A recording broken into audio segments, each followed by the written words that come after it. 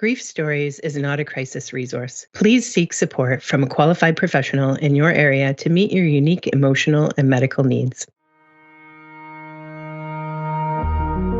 You're listening to the Grief Stories podcast. I'm your host, Maureen Pollard, a social worker with an interest in helping people find hope and healing when someone they love has died. In each episode, you'll hear a conversation with a guest, sharing their story and insights about what can help when you're adapting to loss. At Grief Stories, we're helping grief make sense, one story at a time. Today's guests are Tahmeed and Jadine Nian, Toronto-based journalists involved in research about communal grief after suicide loss on university campuses.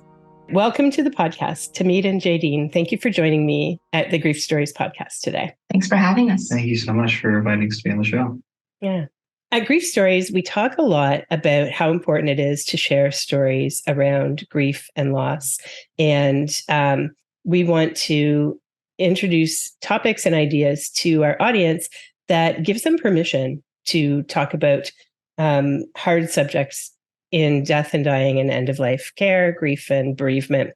So we met at the Dying Dialogues presentations.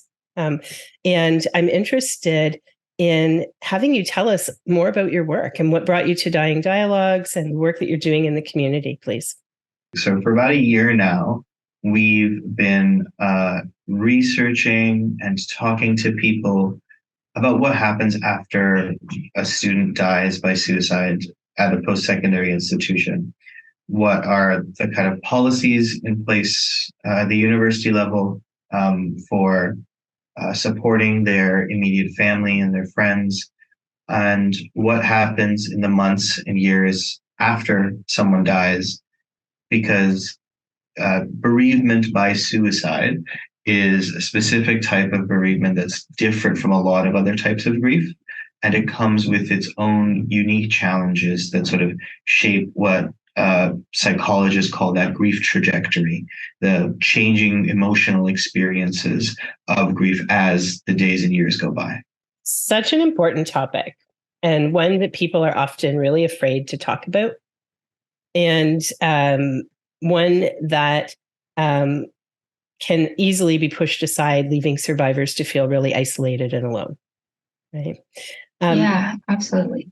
What would you say are some of the key findings you're finding so far in your research as you're starting to move through the work that you're doing? So research-wise, I guess sort of where we start is with the emotions that sort of cluster around grief in particular. In general, we know that loneliness is linked and adversely linked to mental health and physical health challenges. And conversely, social support is positively correlated with general well-being. And when it comes to grief support, much of that same applies. People who are emotionally supported in their grief tend to do better and tend to feel better about having lost someone than people who aren't. And when it particularly comes to grievers who themselves have mental illnesses, having that kind of social and emotional support lessens their likelihood of experiencing mental health symptoms in the future, particularly suicide risk, right? Like that is one of the things that we see over and over again in the literature. There is a great concern that people who have lost a loved one to death by suicide are themselves more predisposed to dying by suicide. And managing that risk is something that factors into a lot of these support policies and research around support.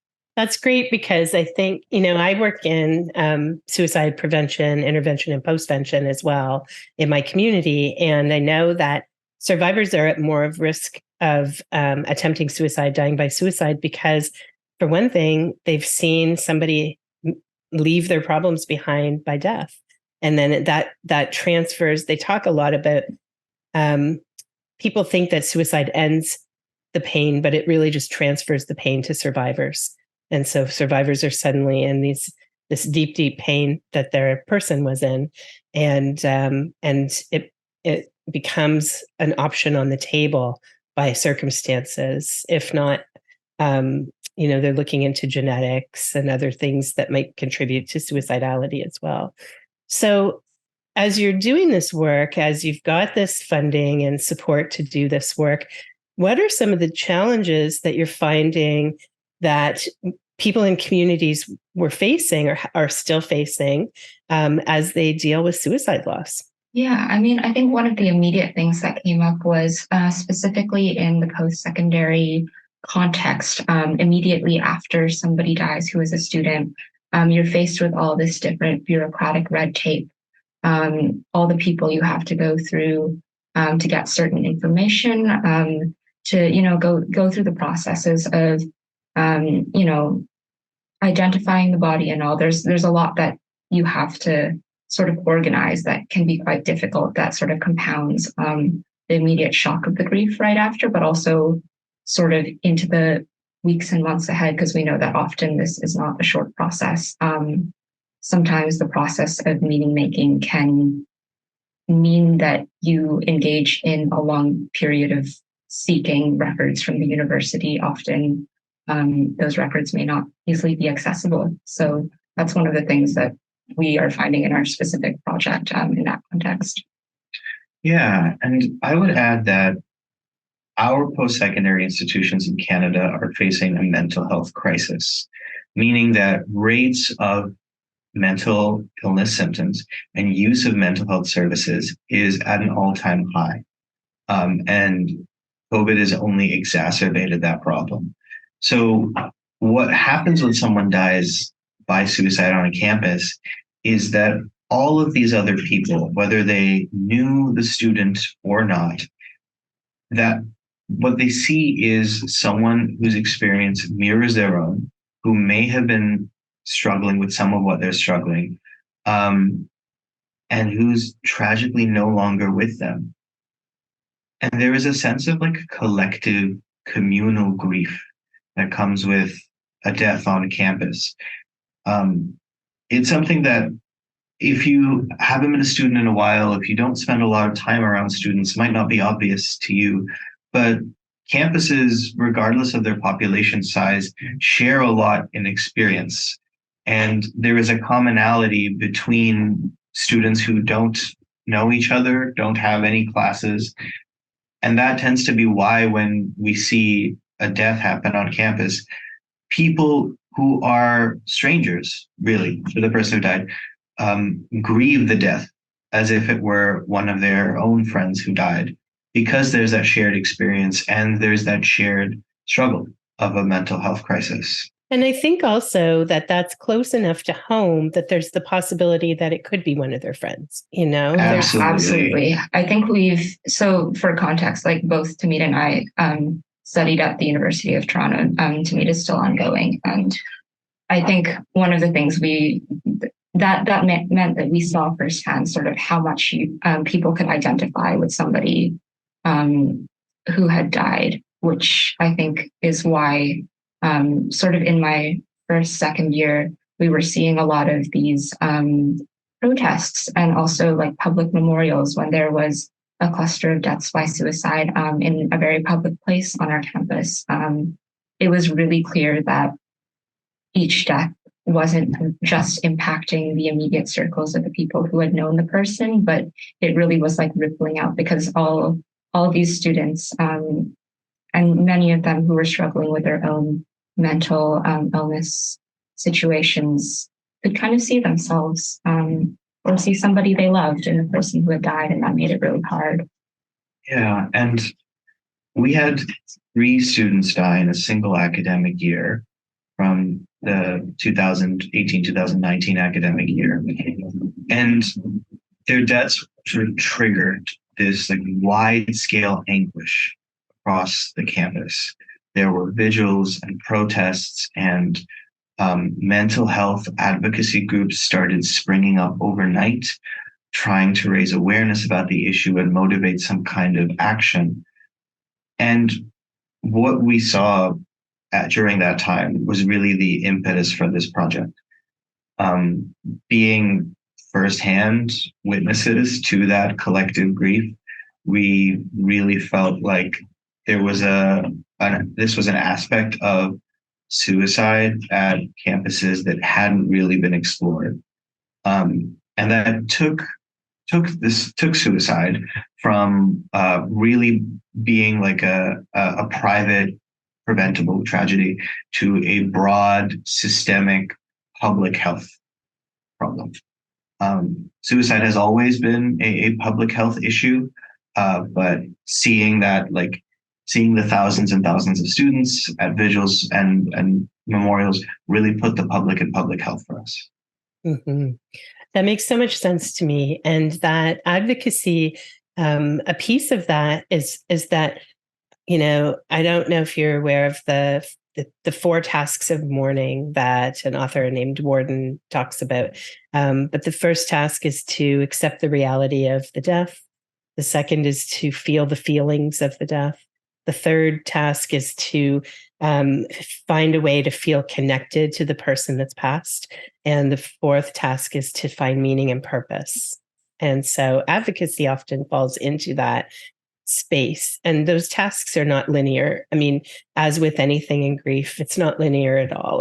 It travels a varied and chaotic path often, right? So it makes sense to me that people are wanting their voices to be heard. They're wanting attention to be drawn to this. They want there to be some meaning and purpose and change that comes as a result of this awareness, right?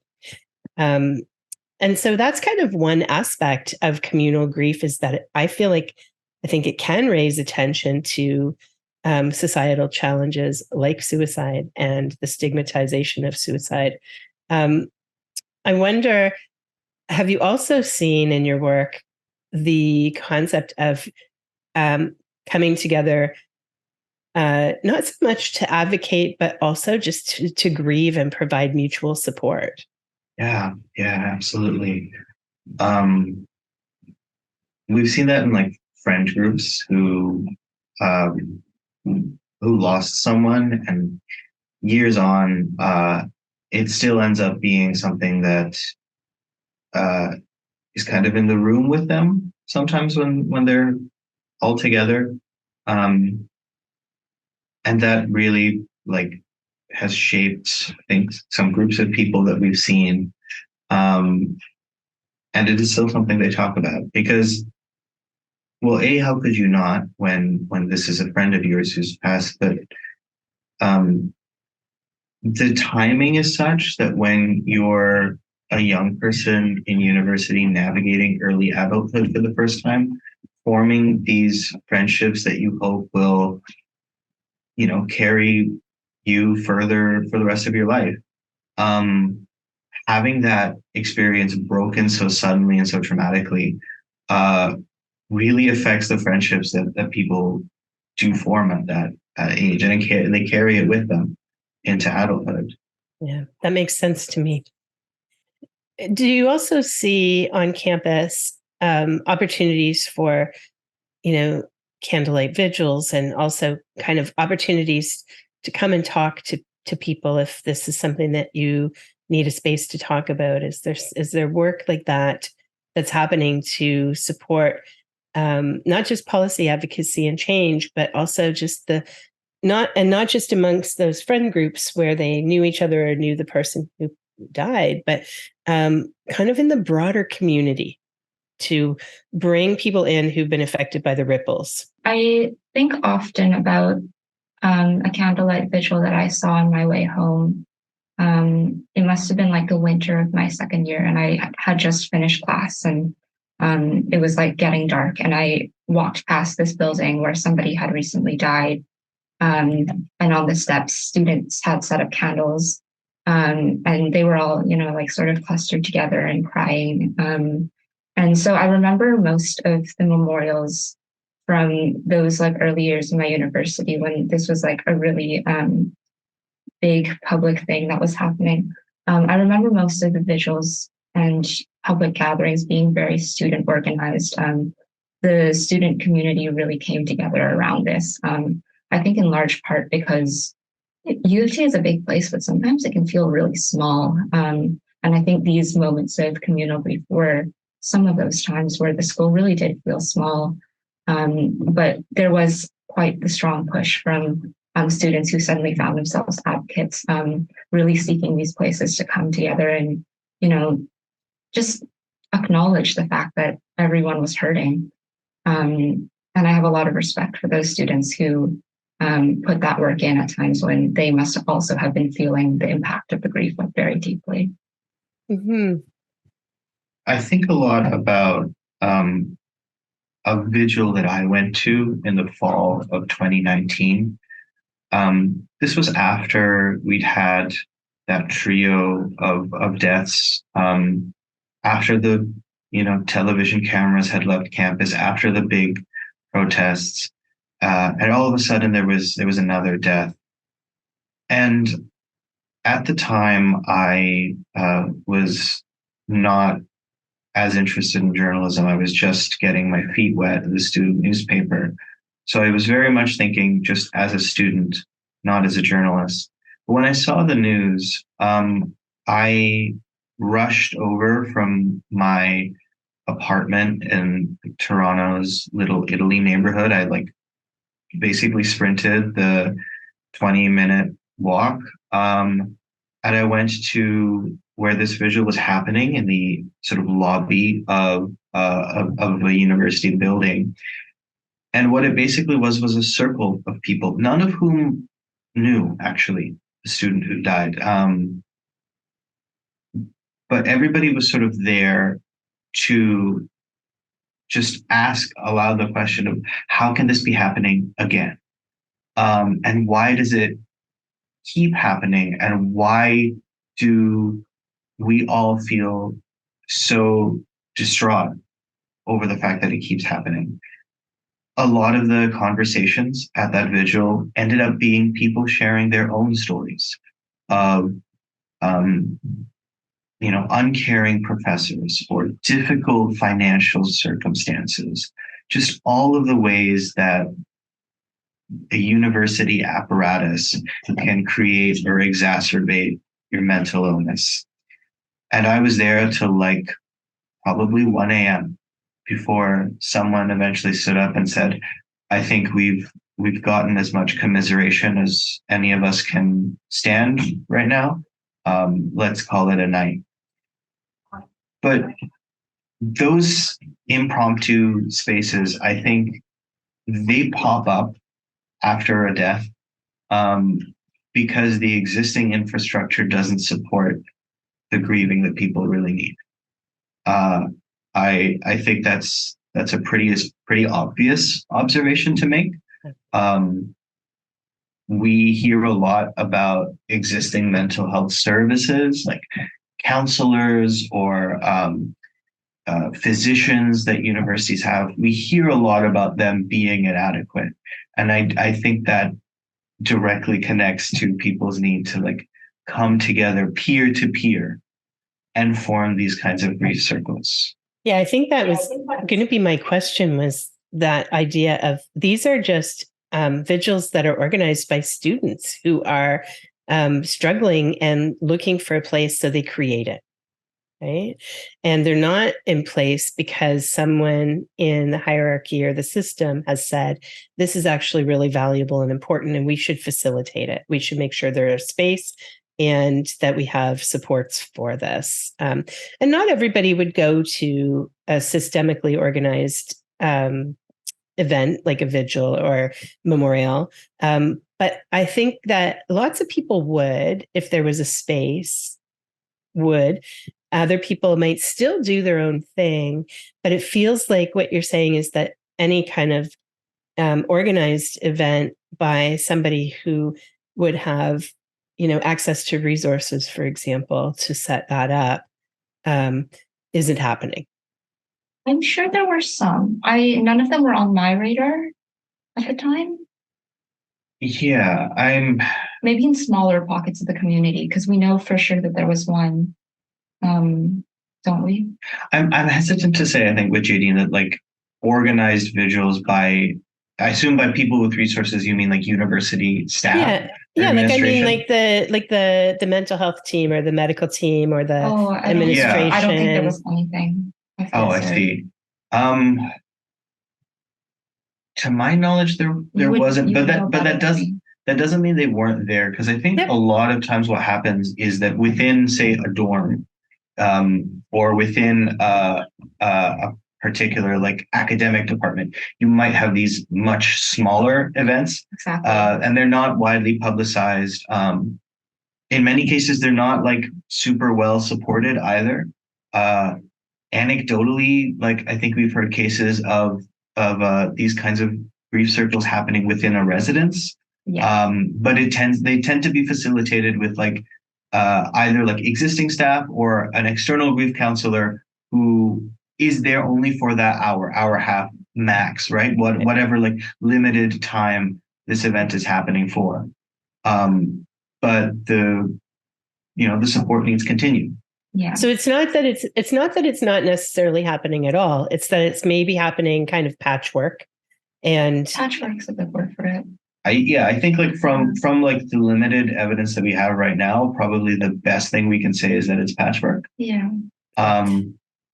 Yeah. I think it's probably also just fair to say and acknowledge that from campus to campus across the nation, it would be a little bit different in each place, depending on who's there and what the community is like, that each community would be working through this in their own way. But I think what you're finding in Toronto is probably pretty common across the universities and post-secondary institutions everywhere in Canada anyways. I feel like particularly suicide scares people to talk about.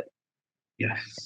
And so organizers get afraid sometimes of creating events for suicide awareness or suicide memorial loss acknowledgement, because they're afraid of the topic itself and the potential for what they often call contagion, those kind of ideas.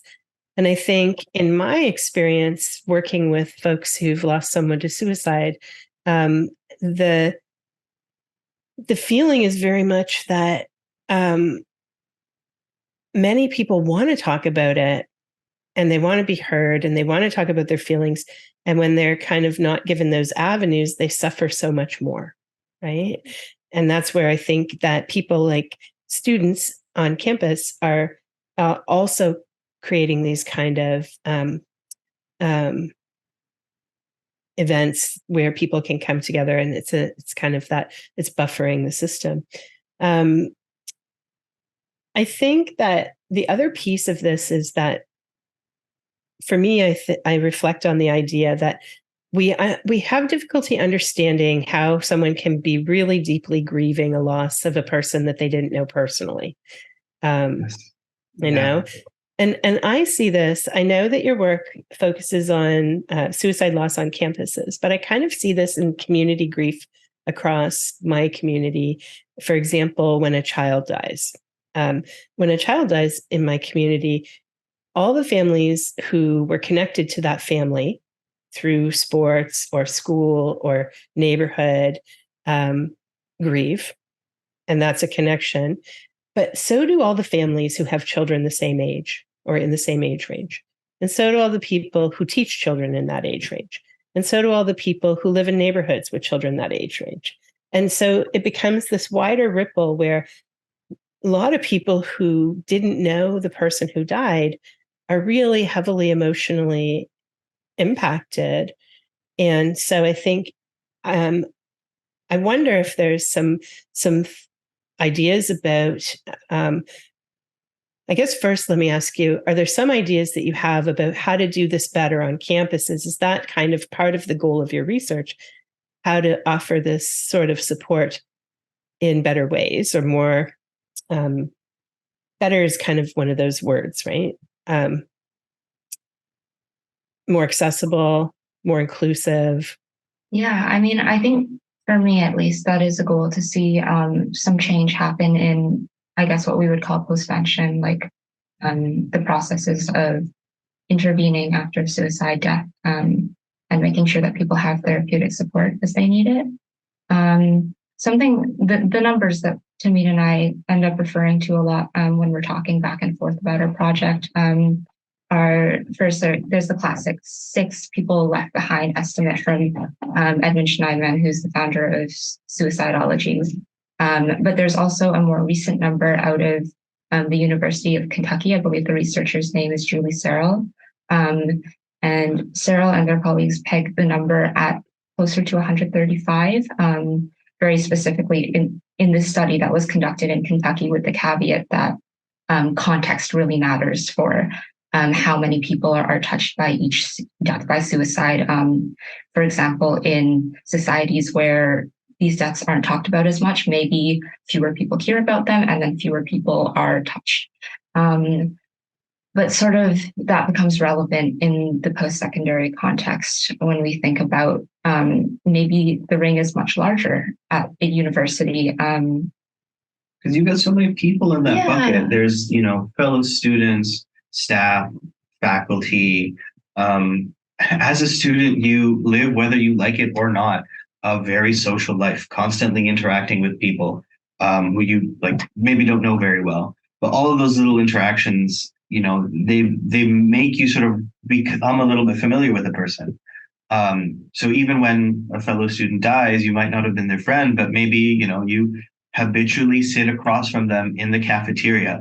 Maybe you are in the same class with them and you don't really even know each other's name, but you always piggyback off of each other's questions because you recognize you were thinking about the same things. All those little interactions kind of form a sense of familiarity and a connection to a person. And when someone dies, I think that outpouring of grief you see, it's coming from that sense of familiarity. So it's really demonstrating how many people feel in community with how many other people. Mm-hmm.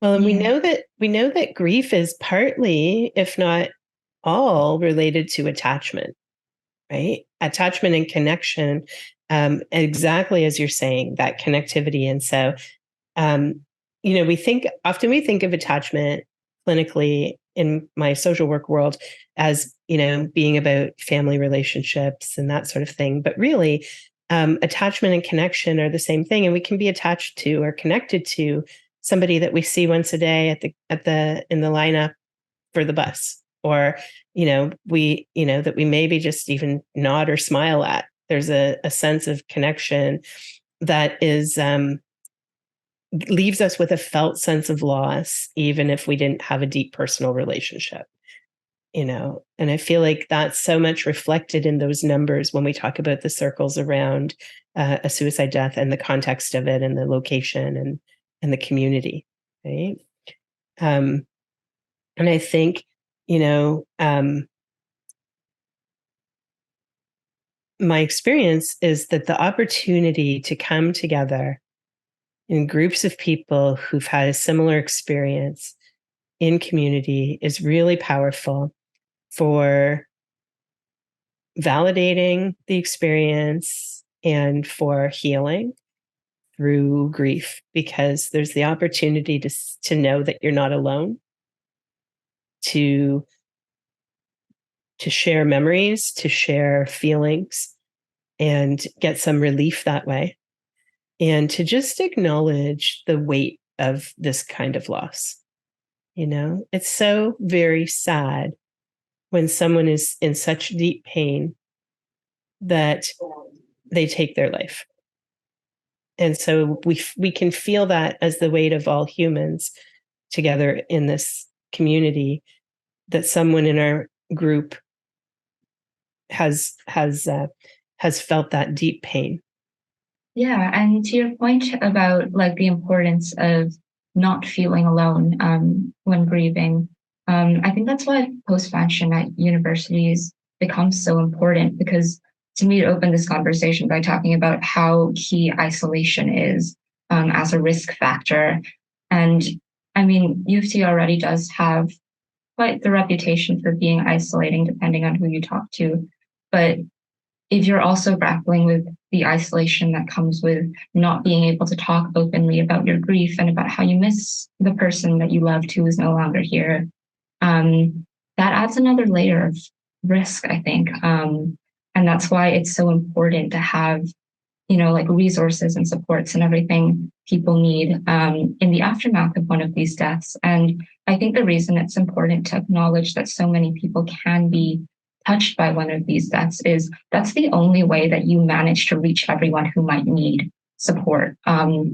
As far as what I've read in the literature, there is no surefire way to predict who is going to be affected by each death, just because there are so many metrics to consider and there's no data-driven way to be sure about it yet. But that's why you have to cast the net wide, because otherwise you miss people, and missing people could mean the difference between a life and a death, It seemed to me, Jadine, like you were saying something which is almost like people really want a space to be heard and listened to, which is something that we've also seen. Like, we talk to people about losing their friend or their family member, and in many circumstances, I think the biggest thing that we are able to offer people is that non-judgmental space. We've spoken to people who have said, I've never had a chance to talk about this with anybody. We don't talk about it in my family. I don't talk about it at work. I don't talk about it with my friends. This is one of the rare opportunities that I'm able to talk about this person and feel like they are a whole person and not just this one final incident that happened to them. Yeah, that they weren't just the way that they died, but also like a full person, I think is something that gets left out of the conversation sometimes, and people really want the opportunity to remember like why they love this person out loud. And I can understand why that becomes really difficult, because putting myself in their shoes, I think I would really struggle to talk about losing somebody that I loved in that way. So yeah, it is difficult. It's challenging. Yeah, we try to end a conversation with someone by asking how they, keep their loved one's memory alive today. Yeah. Like, what are their rituals? What are their non-ritualized, just every once in a while type thoughts? What physically in their house even sort of makes them feel connected to like this person who used to live there that doesn't anymore? You're touching on a couple of points I think are so important. One of them is the value of witnessing with unconditional acceptance someone's story and experience and feelings, right? And so when you hear someone and they're feeling seen and heard and acknowledged, that's such a powerful experience to be witnessed that way, and have that opportunity. And then the second piece is that so the first piece helps them accept that the loss is real and be with their feelings.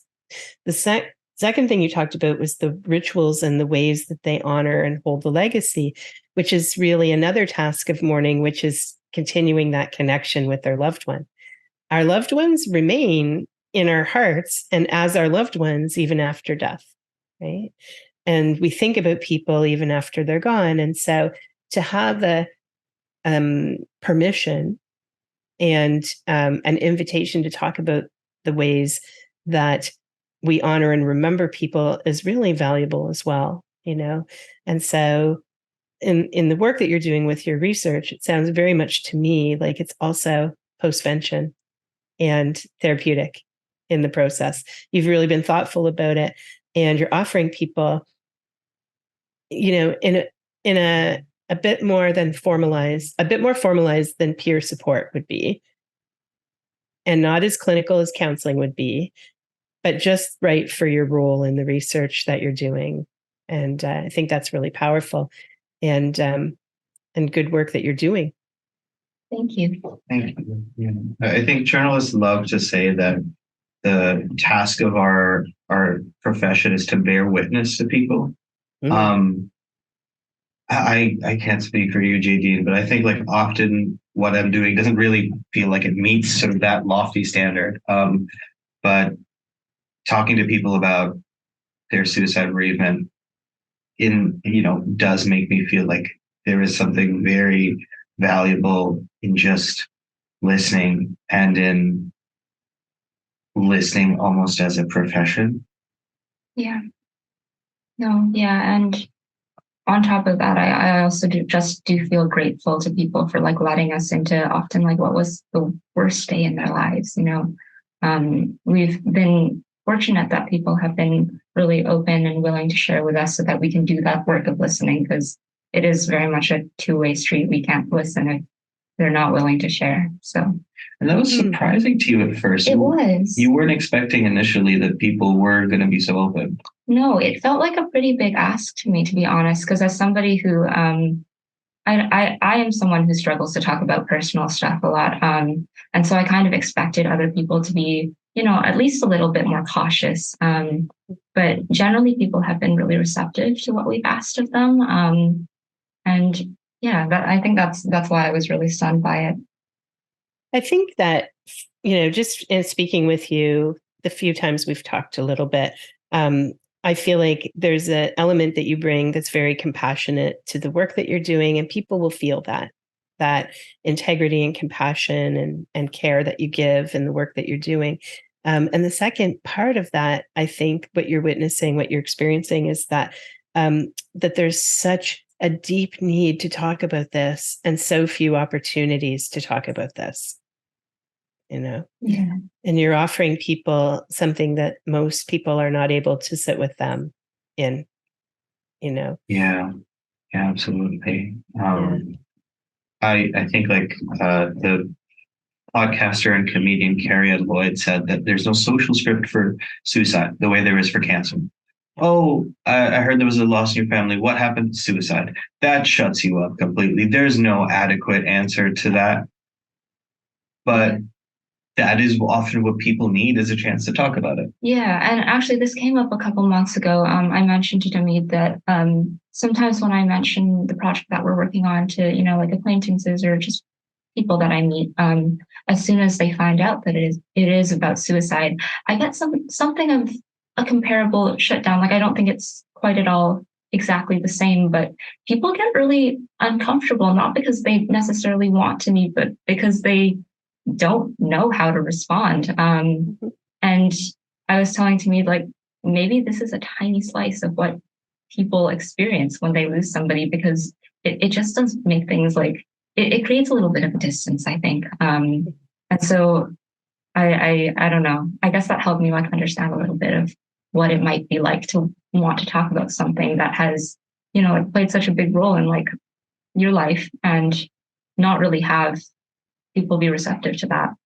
Yeah, and we talked about this as well. Sometimes people get a look in their eye, like a little bit of a reflective, pensive look that makes us think, have they experienced a loss by suicide? Is that what's going on for them right now emotionally? Yeah. Because I think there's a lot more people who have, you know, experienced loss by suicide than you'd think. It's like absolutely. Yeah. It's in everyone's family, I think. Yeah. Lots of people know someone. Yeah, I would really agree that there's a lot more experience with it out there than people talk about. It's one of those ones that's stigmatized and also disenfranchised. There are different types of grief like that, where it's not really safe or comfortable for people to talk about. So they just don't.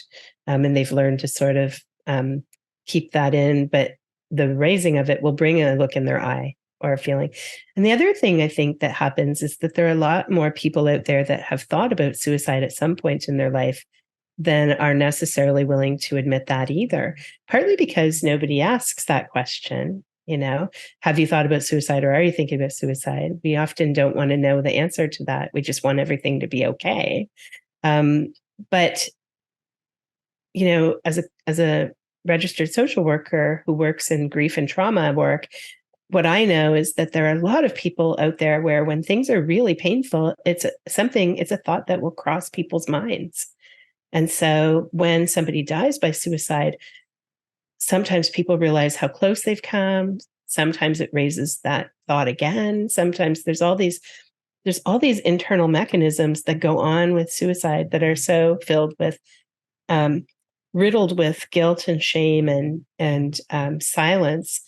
and people are left wrestling with it themselves, as opposed to sharing it out in the light where we can see that we're not alone, whether we're a survivor of loss or someone who's thought about suicide or someone who any of those kinds of experiences. If we could shine some light on them by sharing stories compassionately with unconditional acceptance from the listeners, we would be doing more healing, I think. And I think there is something just about grief in general, right? Not specific to suicide, that makes you immediately connect with a person. I don't know if I fully believe that, like, that's suffering is sort of what we all have in common as human beings. But grief definitely is one of the few truly universal human experiences. And truly something that as soon as you hear about someone's experience with grief or see it in their face or their actions, it just engenders their humanity to you instantly. And you really appreciate them, I think, as an individual, as a person, in a very uniquely crystallized way than if they're talking about other experiences. Mm-hmm. And I think that that's one of the reasons that I think your work is so valuable, in terms of taking a look at how permission to talk about suicide loss openly supports people in grieving and connecting and in healing, and reduces risk, and all of those good things, right?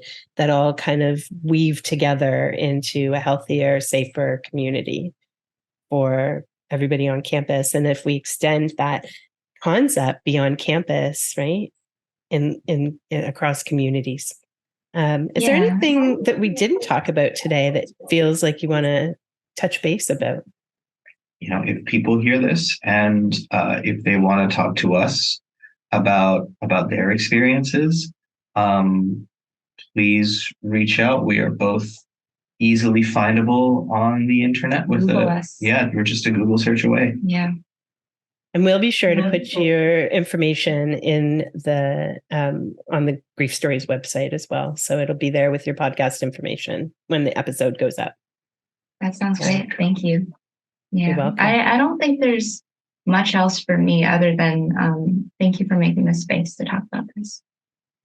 Thank you both so much for joining me. I really admire the work you're doing and appreciate that there are people like you guys in spaces where we're all working to make this something that is happening more and more often across communities, so that more and more people feel held in their experience. Right? So thank you. And for something so isolating, that's so important. Yeah. All right. Tahmeed and Jadine, thank you so much for joining me and for being my guests today.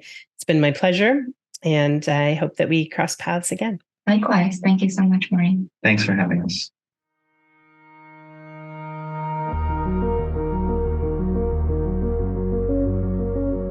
Thank you for listening to the Grief Stories podcast. I'm your host, Maureen Pollard. Please remember that grief is universal, but every person's experience of grief is unique. While our interviews are intended to help listeners feel validation and reassurance, we realize that these stories may be different from your own. Please visit our website, griefstories.org, for more stories of hope and healing.